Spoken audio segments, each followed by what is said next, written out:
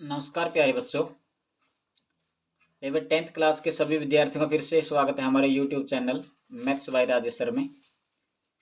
हम chapter number 10वां हमने start किया हुआ है और उसके 10.2 एक्सरसाइज के हम सेकंड सम के ऊपर पहुंच गए हैं। तो सेकंड सम में क्या दिया है, बिल्कुल ईजी है। हम है ये पेपर में भी दिया है, एक नंबर में, खासकर एक नंबर में ऑप्शनल दिया है, लेकिन 3 नंबर में 4 नंबर में आएगा तो कैसे निकालते हैं और 1 नंबर में आएगा तो कैसे निकालेंगे, तो उसको थोड़ा ध्यान से देखना। तो ये हमारा सेकंड सम है भाई। इन फिगर, ये फिगर दिखा रखी सामने भाई 10.11 में। If T P and T Q, देखो टी पॉइंट हमारा आउटसाइड है जी, मतलब जी सर्कल से बाहर है, एक्सटर्नल पॉइंट हो गया हमारा जी। टी पी और टी क्यू ये दोनों के दोनों क्या दे रखे हैं हमारे जी, are the two tangents to a circle. इस सर्कल की टू टेंजेंट हैं, दो स्पर्श रेखाएं हैं, विद सेंटर ओ, जो जिसका सेंटर क्या हमारा जी ओ है। So that is, so that P O Q, जो हमारा एंगल पी ओ क्यू इनके द्वारा बनेगा, तो यहाँ पर एंगल हमारा 110 डिग्री का दिया हुआ है। Then P T Q is equal to, जो पी टी क्यू है भाई, पी टी क्यू, जो टी बीच में बोलेगा तो टी पे एंगल हमने बताना है। पी टी क्यू का मतलब है जो बीच में कोई भी नाम दिया गया है, पी का, टी का, क्यू का, जो भी बीच में आएगा तो वो एंगल हमने फाइंड करना होता है। तो पी टी क्यू, टी पे एंगल ज्ञात करना है। सिंपल, यदि एक नंबर में आता है तो नोट रहे बात, सिंपल में बात बता देता हूँ। या तो डायरेक्ट इन दोनों का सम 180 करना है हमने। क्यों करना है? क्योंकि यहाँ पर तो 90-90 के बनने वाले हैं भाई, यहाँ पर दोनों 90-90 के एंगल हैं यदि हमारे, क्योंकि रेडियस और टेंजेंट के बीच में एंगल हो जाएंगे। 180 को पूरा ये करें तो 180 को ये, क्योंकि ये हमारा टी पी ओ क्यू एक क्वाड्रिलेटरल बनेगा, चतुर्भुज। और चतुर्भुज के सारे इंटीरियर एंगलों का जो सम होता है वो हमेशा 360 होता है। अब 180 ये हो गया तो 180 ये होने चाहिए जी। तो ये कैसे 110 का, तो ये कितना बचे हमारा 70 डिग्री का बच गया जी। डायरेक्टली 180 में तो 110 घटा दिए बच गया हमारे पास जी। ऐसा हम डायरेक्टली कर सकते हैं जी, एक नंबर में आता है तो। यदि 2, 3 या 4 नंबर में कोई क्वेश्चन देते हैं उसको थोड़ा बना के निकालना पड़ेगा, हमने बताना भी पड़ेगा पी 90 का क्यों है, क्यों 90 का क्यों है। तो चतुर्भुज के टोटल जो हमारे पास क्वाड्रिलेटरल, इसके सारे के सारे एंगलों का जोड़ 360 डिग्री है। तो 360 डिग्री, तो यदि ये एंगल हमने निकालना है तो चतुर्भुज के चारों, ये भी हमारे पास, ये भी हमारे पास, ये भी हमारे पास, ये 360 में से घटा देंगे, तीनों ने जोड़ गए, तो टी एंगल हमारे पास क्लियर हो जाएगा जी। हमारे पास ऑप्शन भी दिए हुए हैं, 60 डिग्री है, 80 डिग्री है, 70 डिग्री है, 90 डिग्री है। जैसे हमने पहला क्वेश्चन किया था, पहले क्वेश्चन में हमने रेडियस निकाल ली थी, तो उसकी रेडियस कितनी आई थी हमारी, 7 सेंटीमीटर जी। इसका जो करेक्ट आंसर था वो 7 सेंटीमीटर था पहले वाले सम में। तो सेकंड वाला सम अभी करते हैं भाई, तैयार हो जाइए अपना कॉपी पेन लेकर। तो क्या दिया है भाई, आकृति हमने बना दी। सबसे पहले 110 का ये तो एंगल दिया है भाई उन्होंने, दो पी ओ क्यू एंगल दिया, वो 110 डिग्री का दिया है। पहले लिखो चाहे बाद में लिखो, ये O P and O Q, radius R, radius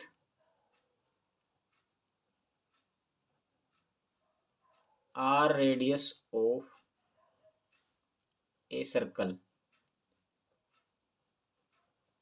OP and O Q are radius of a circle, एक सर्कल की रेडियस है वे दोनों दोनों। And TP and T Q, इसकी क्या बनेगी जी, tangent. TP and T Q,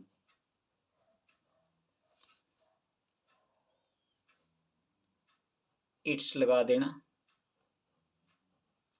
it's tangent.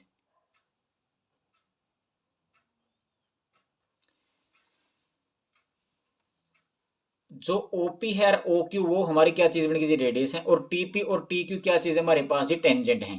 तो OP and O Q are radius of a circle, and TP and T Q क्या बनेगी, इट्स टेंजेंट जी। तो इसलिए फिर हमारे एंगल है दोनों से जी, दोनों क्लियर कर देंगे हम जी। इसलिए हमारा जो एंगल है P इक्वल टू कितना का होगा जी, 90 डिग्री का। एंड जो क्यू है वो भी कितने डिग्री का हो गया जी, 90 डिग्री का। रीजन क्या लिखोगे, 10.1 थ्योरम लगा दो, या फिर क्या लिखोगे, angle between, angles between radius and tangents, radius and tangents.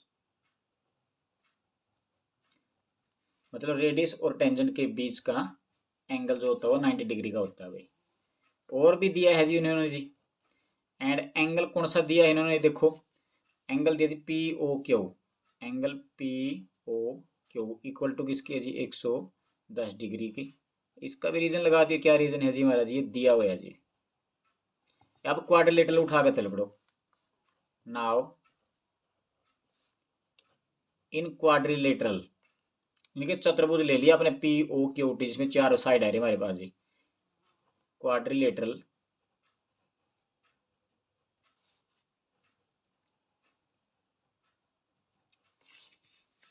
P O Q T, P O Q T यानी कि चतुर्भुज पी ओ क्यू टी में चारों के चार एंगलों का जोड़ देना भाई। सबका जोड़ आएगा 360 के बराबर। एंगल पी प्लस में एंगल क्यू ही लिख दिया पहले, प्लस में एंगल ओ है भाई, प्लस में एंगल क्या है जी टी। इन चारों के चार एंगलों का जो जोड़ है हमारे पास जी, वो किसके इक्वल है जी 360 डिग्री के।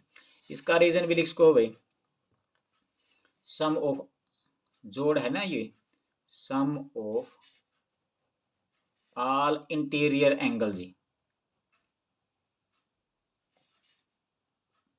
इंटीरियर एंगल,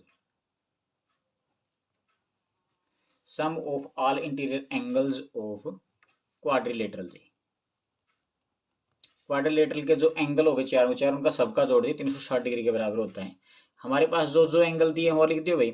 पी एंगल हमारे पास दिया है जी 90 डिग्री का, क्यू भी कितने का जी 90 डिग्री का, ओ हमारे पास दिया है जी 110 डिग्री, और एंगल टी पी क्यू इनके टी एंगल हमने फाइंड करना है, और वो इक्वल किसके लगाएंगे, सारे सारे का समझी 360 डिग्री की।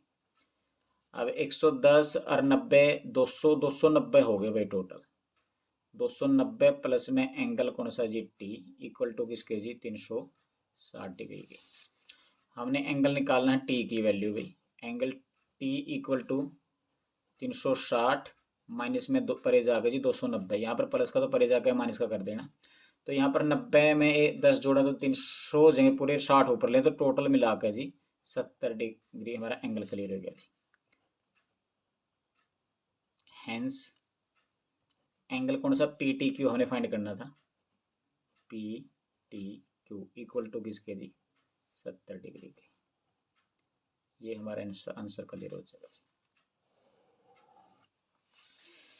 सबसे पहले हमारा क्लियर कर देंगे रीजन भाई हमारा ये 90 डिग्री के क्यों है जी, क्योंकि ये त्रिज्या ही हो गई है स्पर्श रेखा की। त्रिज्या और स्पर्श रेखा के बीच में जो एंगल बनेगा 90 का, ये 90 110 हो गया, तीनों को जोड़ोगे कितना हो जाएगा, जोड़ दी 290।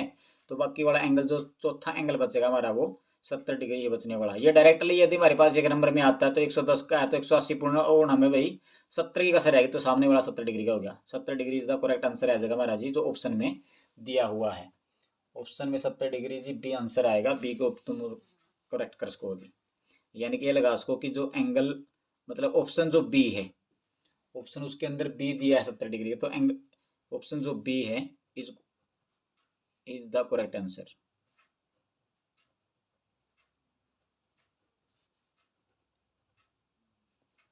ये क्लियर हो जाएगा। यदि हिंदी में लिखना है तो भाई वही आकृति हमारे सामने है। एंगल आपने पता है भाई, जो हमारा सबसे पहले क्लियर कर देना, तो जो एंगल हमारा पी है, देखो कोण पी प्लस में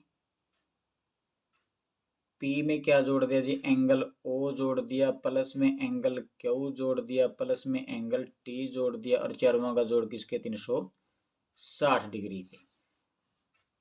जहां आगे पीछे कैसे लगा दिया मैंने वैसे स्टार्ट कर दिया। जहां एंगल पी बराबर एंगल क्यू बराबर, ये दोनों के दोनों 90 डिग्री के हैं। रीजन क्या लिखोगे, त्रिज्या और स्पर्शी के बीच बने कौन है भाई, त्रिज्या और स्पर्शी के बीच बने कोण वो हमेशा 90 डिग्री के ही होते हैं, 10.1 थ्योरम के अनुसार जी। तो इसलिए फिर क्या करेंगे जी, पी की जगह भी 90 लिख दिया, और ओ की जगह दे रखा है जी कितना जी 110 डिग्री, और क्यू भी एंगल जो हमारा है वो कितने डिग्री का है 90 डिग्री का, और प्लस में जो एंगल टी है वो बराबर किस टी और इक्वल किसके चारों का जोड़ 360 डिग्री के लिए। तो इनका सबका सम जो हमने किया था 90 और 110 जी 200 290 टोटल हो गए। तो 290 प्लस में एंगल टी और इक्वल टू किसके जी 360 के। तो एंगल टी यदि हमने निकालना है तो 360 माइनस में 290 कर दिया माइनस में, तो हमारा एंगल बच गया जी कितनी डिग्री जी 70 डिग्री जी। यही हमने निकालना था। अतः angle P T Q equal to किसके आ गया जी 70 डिग्री की जी। पीछे आंसर लगा देना, लेकिन किसी वे से कैसे भी निकाल देना, तुम्हारी मर्जी है। आकृति दोनों के लिए वही बना देनी है। हिंदी में लिखो ऐसे लिख देना, या पहले एंगल पी और एंगल क्यू जो हमारे दिए हुए हैं, एंगल पी बराबर एंगल क्यू बराबर 90 डिग्री, त्रिज्या और स्पर्श के बीच बने कोण है, पहले ये साबित कर दो। फिर चतुर्भुज के चारों कोण चारों का जोड़े है जी अपने यहाँ पर लिख भी दीजिए। चतुर्भुज जो हमारे पास दिया हुआ है, चतुर्भुज बन गया कि हमारे पास कौन सा जी P O Q T, P O Q T में तो चारों का जोड़ जी 360 डिग्री की हो जाएगा। वजह लिख को जी चतुर्भुज के चारों कोणों का योग जी, चतुर्भुज के चारों कोणों का योग जी, कोणों